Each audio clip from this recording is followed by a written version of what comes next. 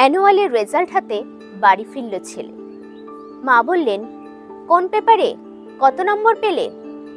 হিস্ট্রিতে মম 89, ম্যাথসে 90। মা বললেন, fantastic, just like a hero. সায়েন্সে ডট, নট সো ফেয়ার, only 69।